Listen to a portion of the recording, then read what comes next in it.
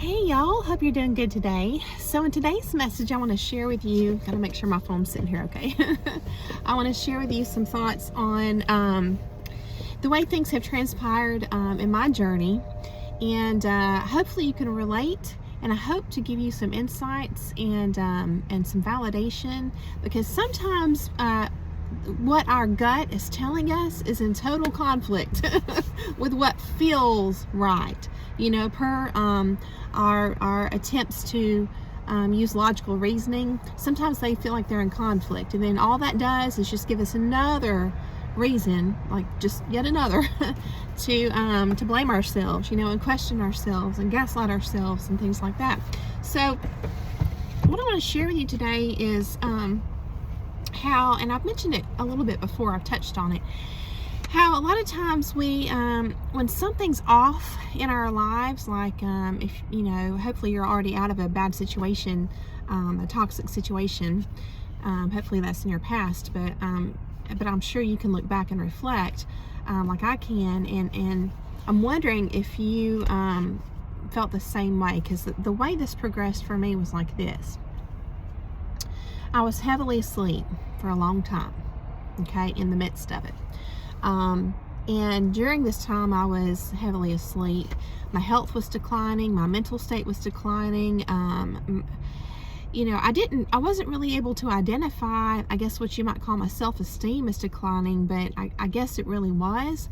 But I could very easily tell that for some reason, just in totality, I just seemed to be on this downward path, and it made no sense to me, because again, I felt like logically I was doing everything right, over time, what transpired, if I just sum this up, is this. I realized that for the majority of my life, wanting to be the kind of person that takes responsibility for oneself, I have kept the focus on, like, what can I do to make things better, in every aspect of my life. And for the most part, it serves a person well, because there really are a lot of things that are within our power. And we see, in contrast, those people who are living with the totally opposite mindset, people who are just stuck in a victim mentality their whole life, So, when you're that kind of person and you want to be a go-getter, you want to be proactive in your life, it, like I said, it usually serves you well. But here's the catch. The problem is when you try to apply that same logic to a toxic relationship or social group, or, your whatever it is, right?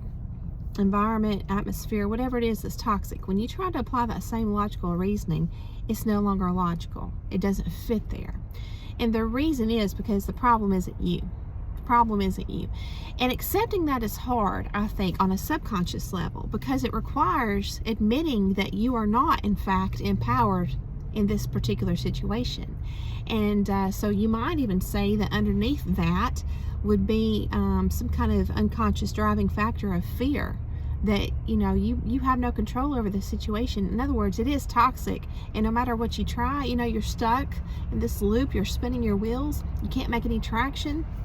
You can't make things better. And so I feel like on some level back in our psyche, subconscious, unconscious, whatever, we're a little bit fearful. This is different. We don't know what to do about it. And we keep trying what we know to work in every other aspect of our life, which is taking responsibility to fix it.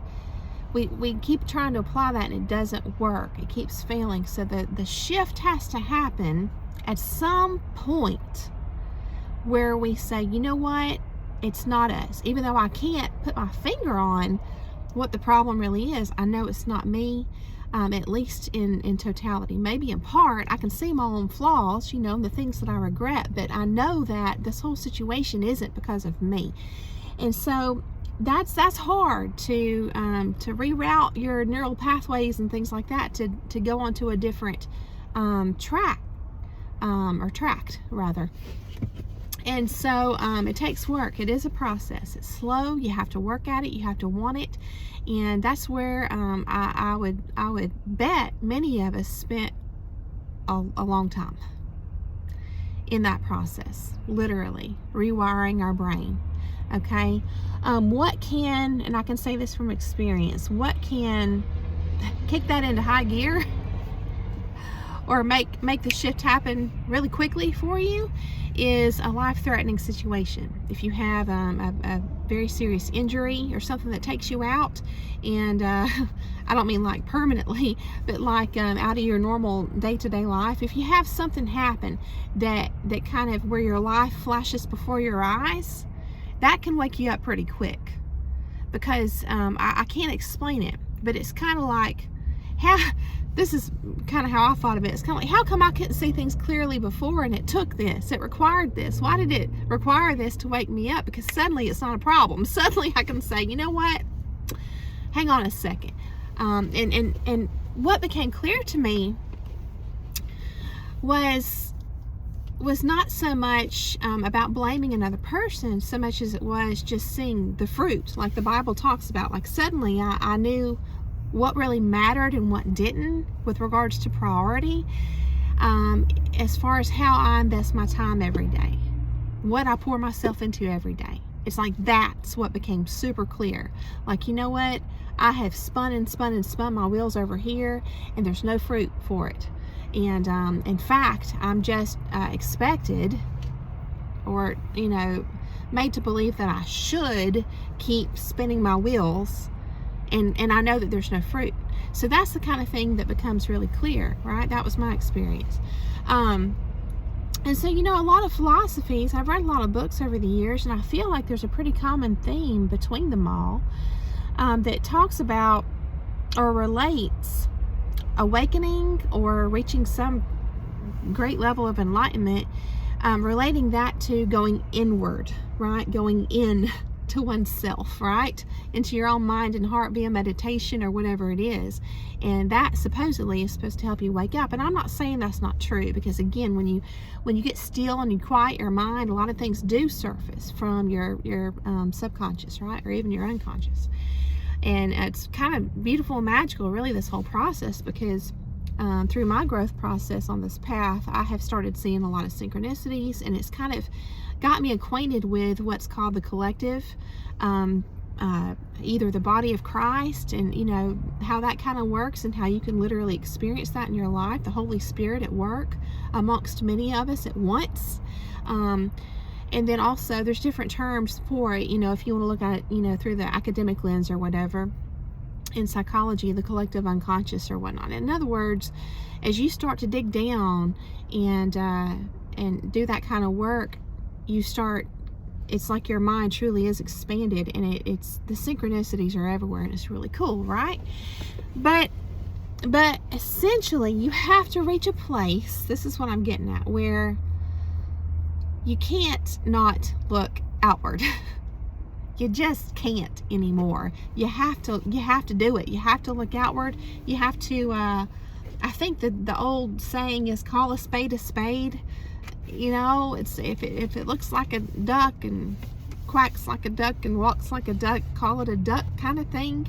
And that's hard, because again, we have this pressure applied to us on the grander scale in society. Like, don't you if you see something really obvious, but everybody else seems to be caught in this, this delusion or this mind virus, like in that book I've shared with y'all, or Witigo, it's like if you speak out, then suddenly you're the quack.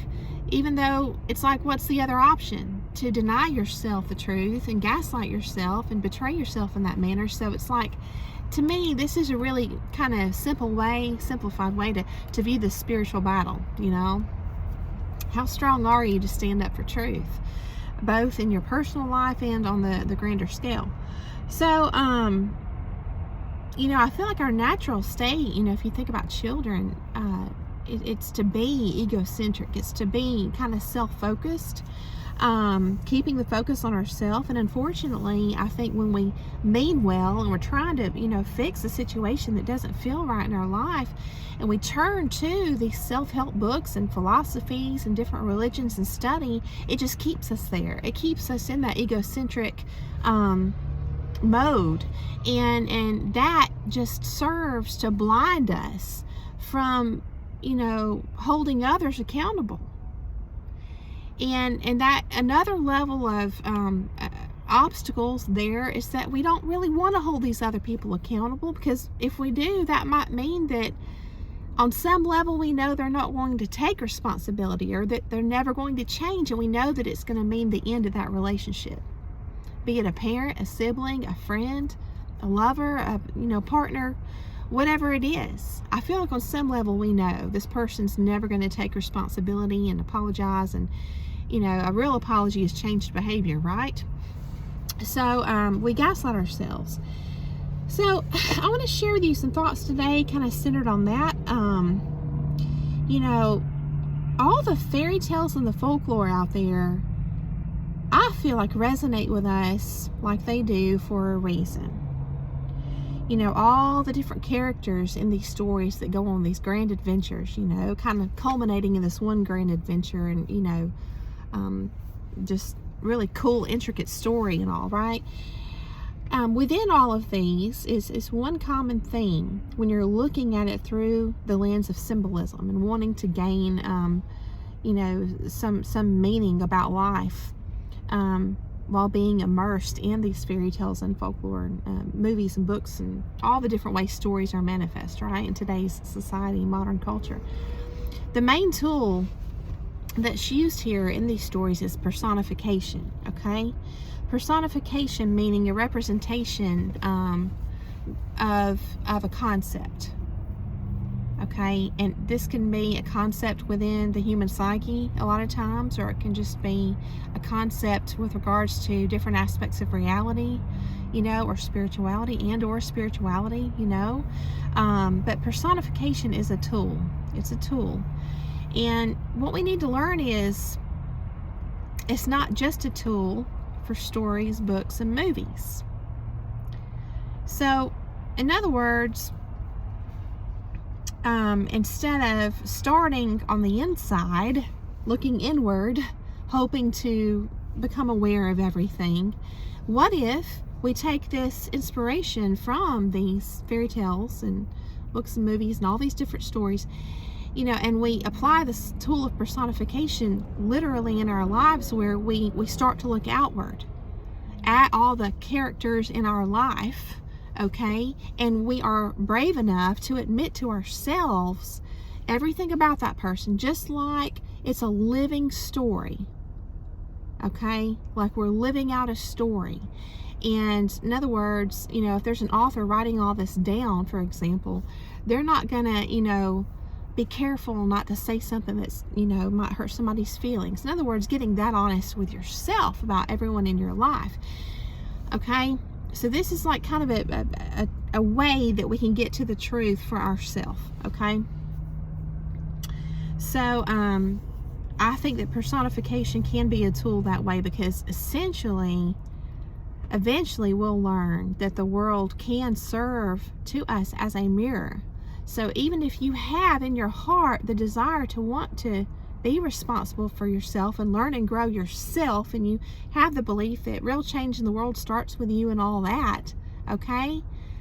Don't deny yourself this path of starting outwardly, because it may start that way, but in the end, it will end up as a mirror reflecting back to you these depths within yourself that I don't think you could have ever reached if you had only gone on this inward journey. Does that make sense? So our goal today is to flip some concepts upside down, and to be able to see them. And consider this, we're going to flip it all upside down to be able to see it right side up, okay? Because if you think about it, there truly are a lot of things in this world that have been reversed. And I've given the example before with, if you do research on the etymology of language, different words, how the meaning started out as this, and then as it progressed and evolved over time, it literally turns out to mean the exact opposite. Isn't that wild? So yeah, it's a lot of people consider this reality an illusion or a play, and you've heard the phrase, all the world's a stage. And so, okay, it's like, all right, well, let me just go with that concept for a little bit and use that as another lens to just gain further and further, deeper information about the human psyche, both within myself and within others, okay? So, all right. I want to share with you one of my favorite songs. And this is something that's just kind of neat, because when you go through tough times and you kind of get disconnected, with yourself, because you're caught up in this brain fog that happens with psychological abuse and stuff like that, you lose touch with things that you're passionate about, including like some of your favorite songs and all. So there's this song, I don't know if it's from the early 90s, I guess, or so, but it's from the Indigo Girls, and it's called Closer to Fine, and I want to share some of the lyrics with you. I think it's a beautiful song, and it's going to be part of our inspiration in our message today. So it says, I'm trying to tell you something about my life. Maybe give me insight between black and white, which we always talk about on my channel, right? Examining that gray area. And the best thing you ever done for me is to help me take my life less seriously. It's only life, after all. Well, darkness has a hunger that's insatiable, and lightness has a call that's hard to hear, and I wrap my fear around me like a blanket. I sailed my ship of safety till I sank it, and I'm crawling on your shores.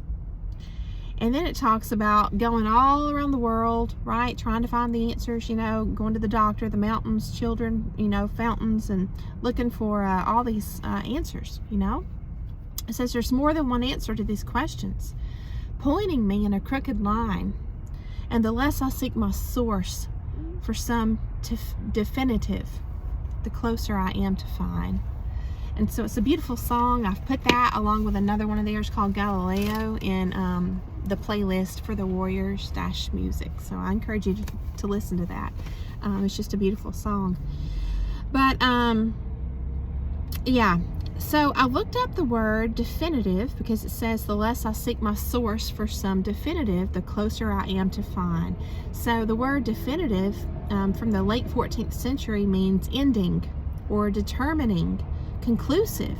Okay, in late Latin, it's definite, or I guess I'm looking at it and saying finite, right? But it's definite. So you have de meaning completely, and then you have finir meaning boundary, limit, or end. De also means down from or away, but it can also mean down to the bottom completely. So it's almost like it can mean like getting away from something, diverting away, or just jumping totally in all the way to the bottom. It's kind of funny how there's like this subtlety there with that prefix, de.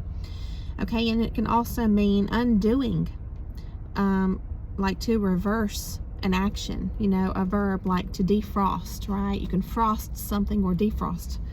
And then you have finish, which is to stop, die, come to an end. Also, to reach the highest point, okay, or degree, the greatest degree. And then you have figere, which is to fasten or fix. So, if we think about definitive in that light, it's going to make a lot of sense as we continue in our message today, okay? So when they're singing about, the less I seek my source for some definitive, the closer I am to find. The point is like, what brings me peace? What brings me peace? If I'm trying to, this is closely aligned biblically, really. If you think about trying to just walk such a righteous walk that we're trying to sidestep sin, every second, it's kind of like it's impossible, really, with all the laws out there and everything. And, nobody's perfect, even though it's honorable to, truly strive to be our best. Essentially, there's a lot of directives out there telling us, who we should be, how we should be, what's expected of us, what we should do. So many competing elements in this life, wanting to be in that driver's seat in our life, okay? And you can just wind up not even living your life for yourself. You can be so enmeshed within a toxic, dysfunctional family system, or within an inner circle of friends, some kind of social group, within even just two people, if it's a marriage or a partnership of some kind, business partnership, whatever it is, you can get to the point where you're living per everyone else's definitives and expectations, right? Your every action, you're just like a robot, you're a puppet. And what you've done is just laid your life down. For what? You know? And so just like it says, darkness has a hunger that's insatiable. And that's just it. You can give 30 years to a company, and they can have somebody come in and say, you can save a lot of money by cutting these people who have dedicated their whole career and been great workers. You're having to pay them so much. Let's just go ahead and cut those spots. It's like that's just one quick example off the top of my head, but it's the darkness. My point is, especially like with narcissistic people, you can give and give and give and give, and it can just not be enough. You're never going to be valued. You're never going to receive the reciprocation that you deserve when you completely self-sabotage, or sacrifice, rather, I should say. You don't realize you're sabotaging. See, you think you're sacrificing for the good. You're kind of going off that Bible verse that says, if we faint not, then I forget what it says. I'll have to drop it in the description. So it's like, that's kind of our culture today, to again, I mentioned it recently, normalize pressure and just meet these lofty goals at any expense. And we need to examine that. Sometimes it's good, but we need to be careful about who's in the driver's seat. So Jesus came to set us free, right? And if you have interest in looking at related verses, then I'm just going to mention this to you. We're not going to talk about it, but if you want to jot this down, you can look at Romans chapter 7, verses 1 through 13. It's talking about being bound by the law versus being free. It's pretty deep. So if you want to take a look at that. So, in the song, it says, I sailed my ship of safety till I sank it. How ironic is that? That just really hit me different now, at where I am at this point in my life versus when I first loved this song in my early 20s. It just hits different now. It says, I sailed my ship of safety till I sank it, and I'm crawling on your shores, right? So I was looking up shore, meaning a land bordering a large body of water, okay? And if you look up that term in the online etymology dictionary, it expands on it further and explains that, it can also mean land cut off from the mainland, which is interesting. The Old Norse skerg, S-K-E-R-G, means an isolated rock in the sea. So, and then of course it was also interesting to look at the verb of shore, meaning to prop up or support, okay? So, you have the Middle Low German shore, S-C-H-O-R-E, meaning a barrier. Okay, in the mid-15th century, noun, meaning post or beam for temporary support of something. So all of this together was just incredibly interesting to me. It kind of paints a picture, doesn't it? So the concept of an isolated rock in the middle of waters, right? Water. I guess I'm just kind of thinking biblically how it's talking about waters, but if you think about an isolated rock in the middle of water, okay, I'm reminded of moats in fairy tales. You know how the castle is sitting on this little island, and there's this large circular river or moat around it, right? And there's a lot of symbolism with water and crossing the river. It's related to the purification process spiritually. And, if you go through the purification process spiritually, a big part of that is death, just like in the Frozen movies where it's talking about, the mother singing to the daughters when they're young before she passes away. And she's singing, don't go in too deep. You're not going to live. You're not going to recover if you go in too deep. So you can't jump in, right? So it's kind of like... going through this purification process is, it requires a particular kind of death, right? And it's not something that can be done quickly. Again, you can't jump in. It has to be a gradual process, okay?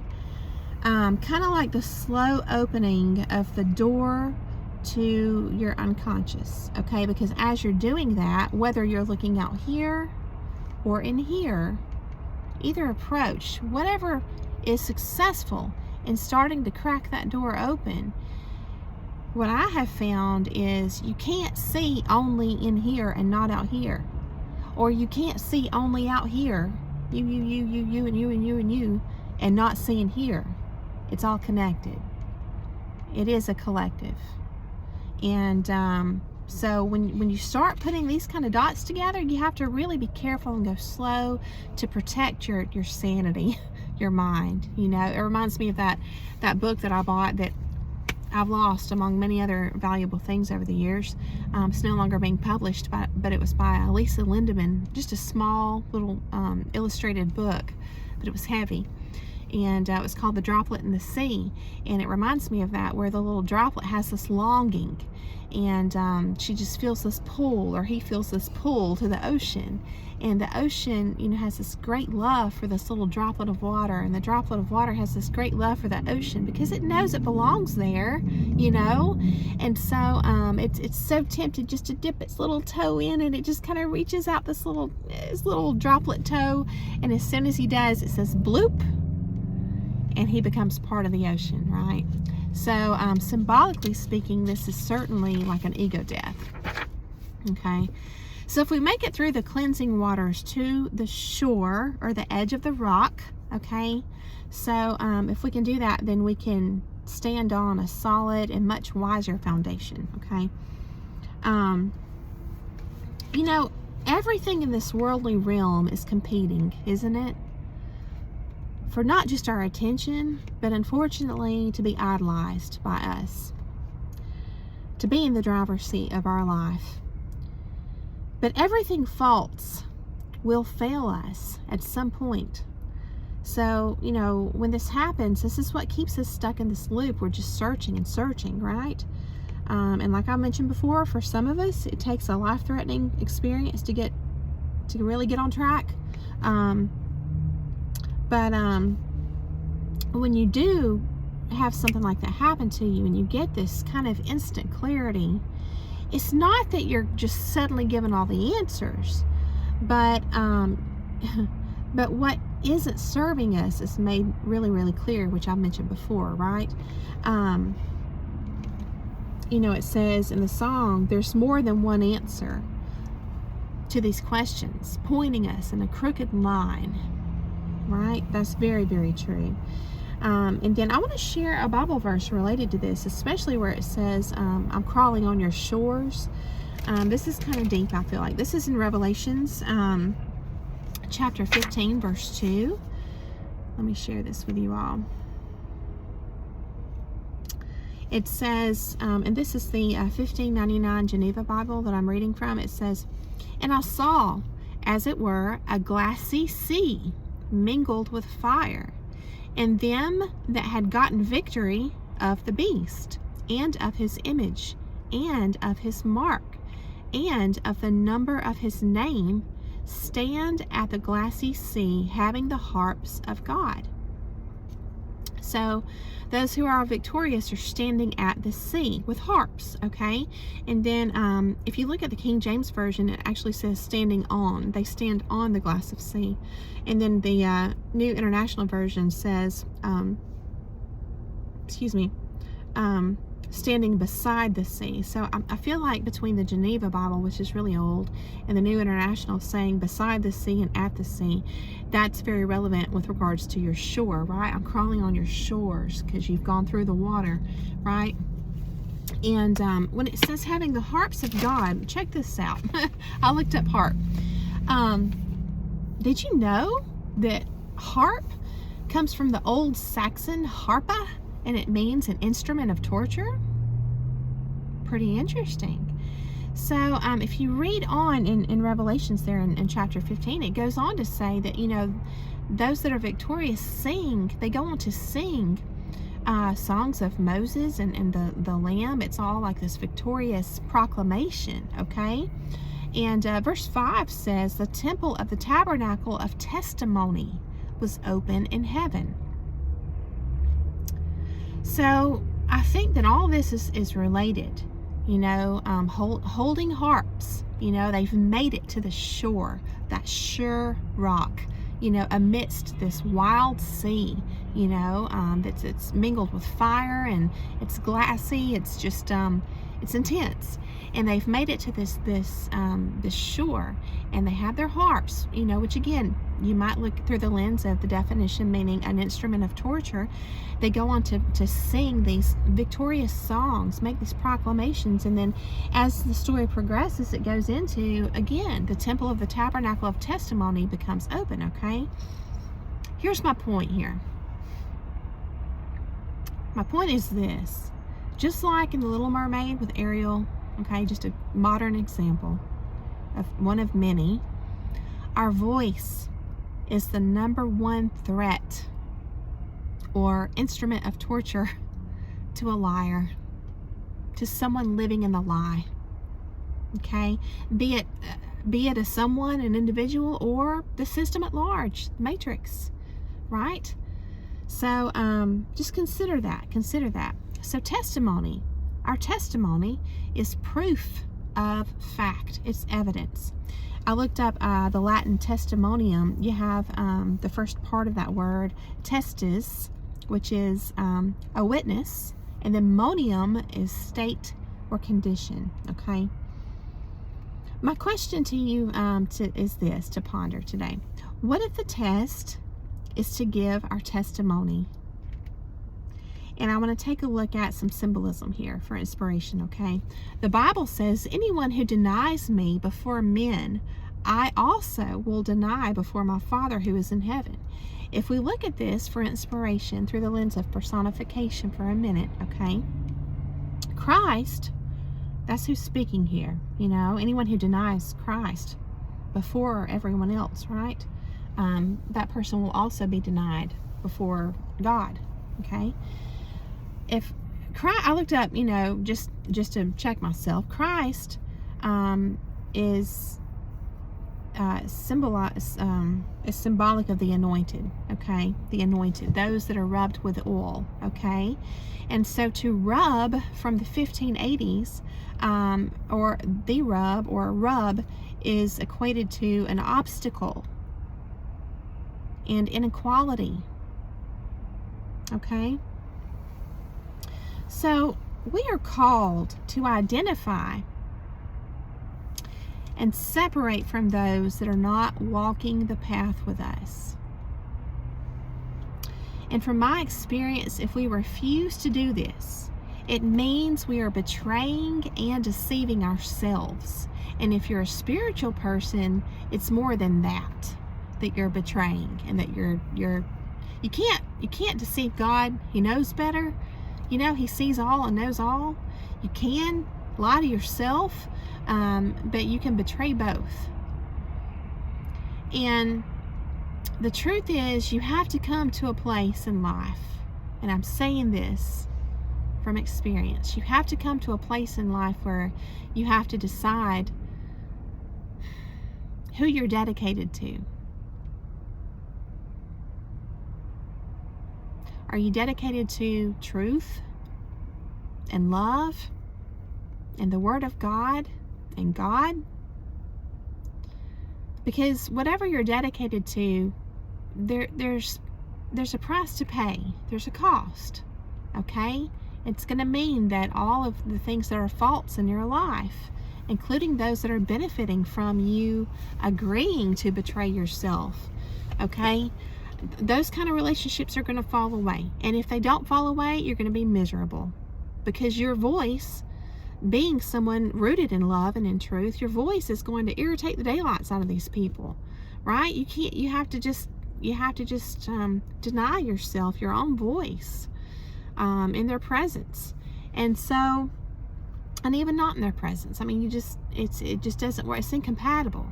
You become incompatible. Once you truly wake up to things, you become incompatible with the old way of life. You can't make your new life when you are reborn jive with and cooperate with your old way of life. It just doesn't work that way. And so you know, you're going to have people who are still, it's not that you're better, it's not about judging people or anything like that. It's just understanding that there's been a split. You know, it's kind of like you were swimming in that sea for a long time. You didn't even know it, but you were like, man, why am I so exhausted? You know, I'm waterlogged and I'm exhausted and I feel like I'm drowning every day and I don't know why. Well, you were in that sea. You were in that wild, crazy, you know, just ocean sloshing you every which way. And when you finally just either crashed into that shore like some of us did, or you just happened to find your way there somehow because you used a tool like looking outward instead of what all the books tell you to do, and you're like, hang on a second, here's what I see. I'm gonna get real with myself about what I see in these people or in the situation. You know, you learn about them and you learn about yourself. Whatever method you use to get there, okay? You can't go back. You just can't. And so I just hope that you're encouraged. I could talk a very long time on this particular topic, and there's a whole lot more to say. Maybe we'll do more videos on it, but I just hope that I have encouraged you that it is a process, and it's something that you can't just make a quick jump and it's all just rainbows and you know, sparkles and glitter unicorns and all this great stuff. It's you know, it certainly grows your endurance, right? So I just hope again that you've been encouraged. I hope that I've given you some new insights, new ways to look at things. I thank you for coming along to hear the message. I hope that you have a beautiful day, and I'll see you again very soon.